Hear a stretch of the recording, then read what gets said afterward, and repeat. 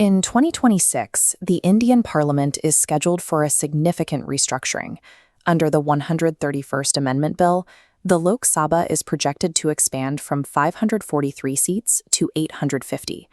These new seats are allocated through delimitation, a process that reassigns political representation based on population growth.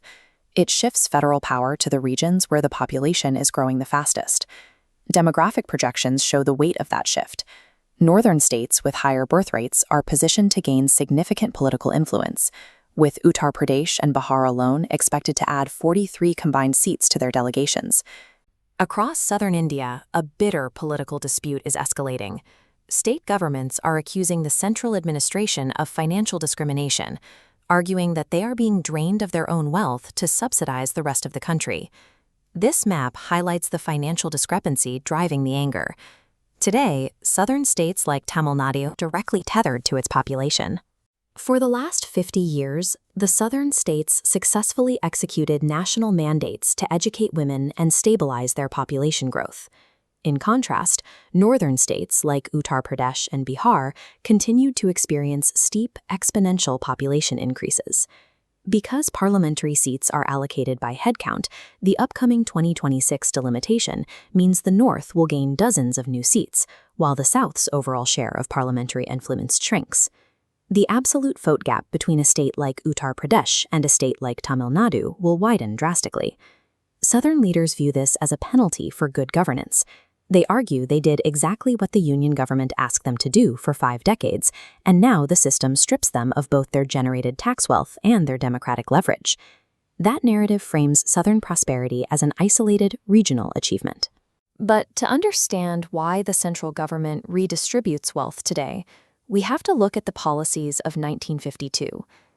Confronting the massive economic inequalities facing the newly sovereign nation, Prime Minister Jawaharlal Nehru's administration introduced a sweeping intervention called the Freight Equalization Policy. This abstract map visualizes how the policy functioned. The central government aggressively subsidized the long-distance transport of essential industrial raw materials, including coal, iron ore, and steel. By absorbing the shipping costs, the state ensured a factory owner in Chennai paid the exact same price for coal as a factory owner situated right next to the mine in Dhanbad. The government's logic was national integration. Planners wanted to encourage industries to set up anywhere in the country, especially in remote or less industrialized zones, without facing a geographic cost penalty. By artificially leveling the playing field, the state wiped out the massive natural geographic advantages held by the mineral-rich eastern states. Proximity to natural resources no longer offered a competitive edge to attract private business. The policy triggered severe deindustrialization in the east. States like Bihar, Jharkhand, Odisha, and West Bengal lost the economic incentive to process their materials.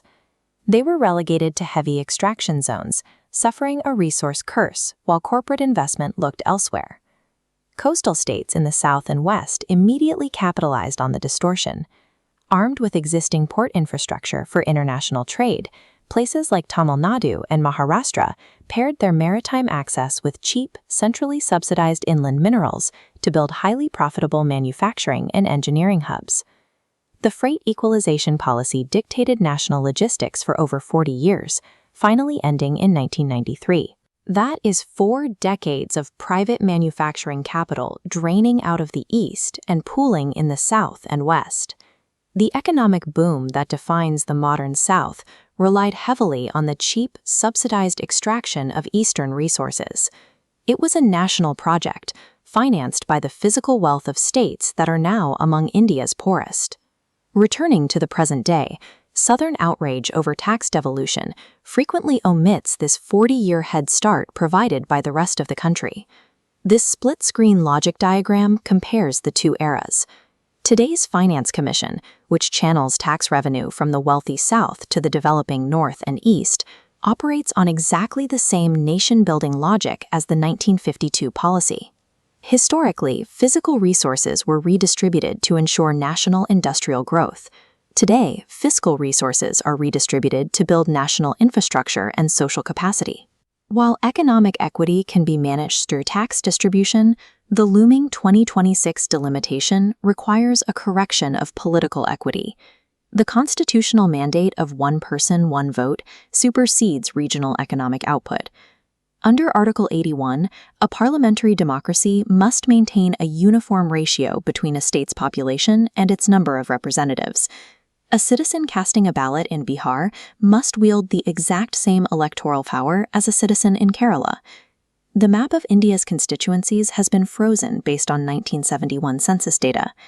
Keeping that freeze in place indefinitely would mathematically disenfranchise millions of voters in populous northern states, where a single member of parliament already represents vastly more citizens than their southern counterparts.